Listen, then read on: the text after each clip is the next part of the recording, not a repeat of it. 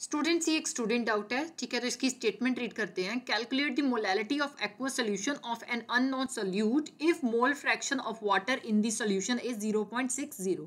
ठीक है, आपके पास एक सोल्यूशन गिवन है, एक्वस सोल्यूशन बोला गया इन्होंने। दैट मीन्स कि कोई भी सॉल्यूट जो है उसको आपने वाटर में डिसॉल्व करके सॉल्यूशन बनाए, ठीक है। और यहाँ पे जो मोल फ्रैक्शन ऑफ वाटर बताई गई है दैट इज 0.60, ठीक है। आपको इस मोल फ्रैक्शन के बेसिस पे मोलैलिटी ऑफ सोल्यूशन जो है वो फाइंड आउट करनी है, राइट। तो मोलैलिटी का पहले हम फॉर्मूला देखते हैं कि हमें रिक्वायर्ड क्या क्या है।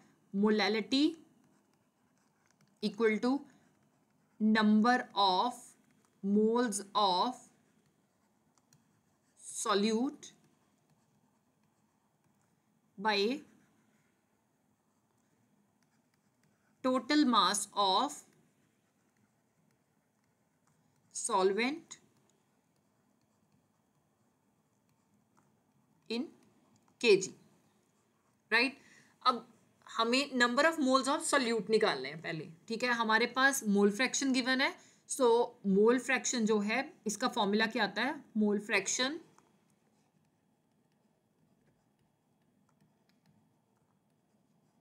Of water equal to number of moles of water by number of moles of water plus number of moles of solute, ठीक है।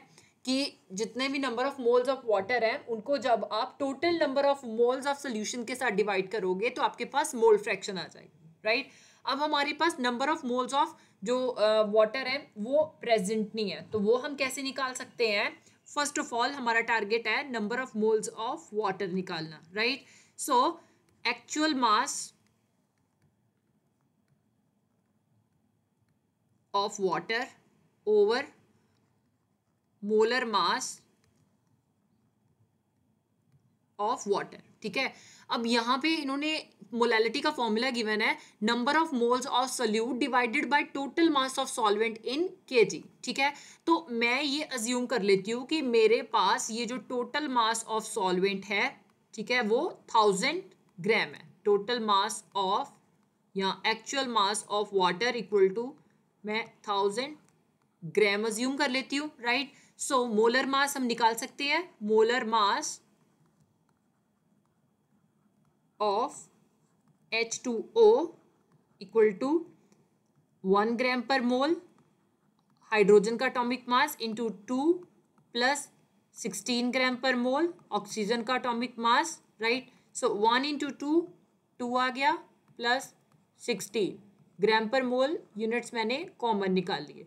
सो 2 प्लस 16 18 ग्राम पर मोल आ गया। Number of moles of water अब हम फाइंड आउट कर सकते हैं। NH2O equal to actual mass 1000 ग्राम लेके चल रहे हैं हम, डिवाइडेड बाय मोलर मास 18 ग्राम पर मोल। ग्राम के साथ ग्राम कैंसिल, 1000 डिवाइडेड बाय 18 55.55। ये डिनोमिनेटर में मोल इनवर्स है, न्यूमरेटर में जाके ये मोल हो जाएगा। So here you will have mole, right. अब हमारे पास मोल फ्रैक्शन ऑफ वाटर जो है वो गिवन है, ठीक है। वो हमारे पास कितनी है, दैट इज 0.60, ठीक है।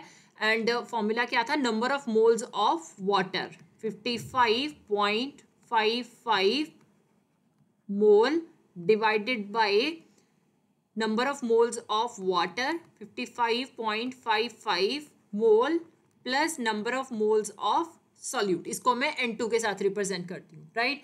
अब ये आप क्रॉस मल्टीप्लाई कर सकते हो। सो ये क्या हो जाएगा, 0.60 मल्टीप्लाइड बाय 55.5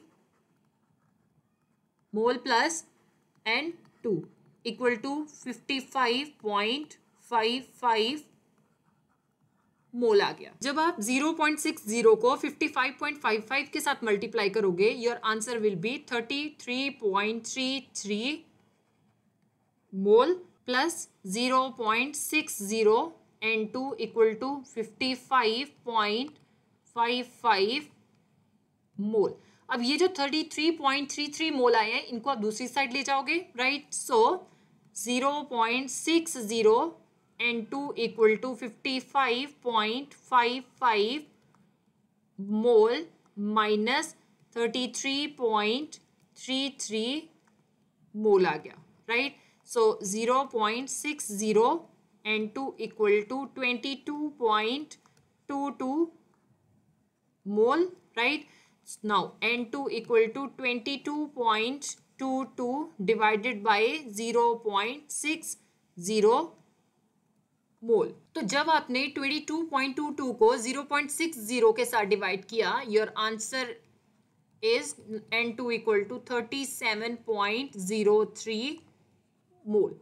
अब N2 की वैल्यू आ गई है, तो अब हम मोलैलिटी निकाल सकते हैं। सो molality equal to number of moles of solute. तो number of moles of solute कितने आ रहे हैं? 37.03 मोल divided by total mass of solvent in KG. ठीक है, तो टोटल मास ऑफ सॉल्वेंट जो है, अगर हम देखें तो हमने यहाँ पे 1000 ग्राम अज्यूम किया हुआ है। ठीक है, 1000 ग्राम 1 kg के इक्वल आता है, राइट। यहाँ पे हम वैल्यू पुट कर सकते हैं। So total mass of solvent in kg, so it will be 1 kg। So 37.03 divided by 1, your answer is 37.03 मोल पर kg, राइट। सो ये जो मोल पर kg है, इसको हम मोलल भी लिखते हैं। सो 37.03 मोलल, राइट।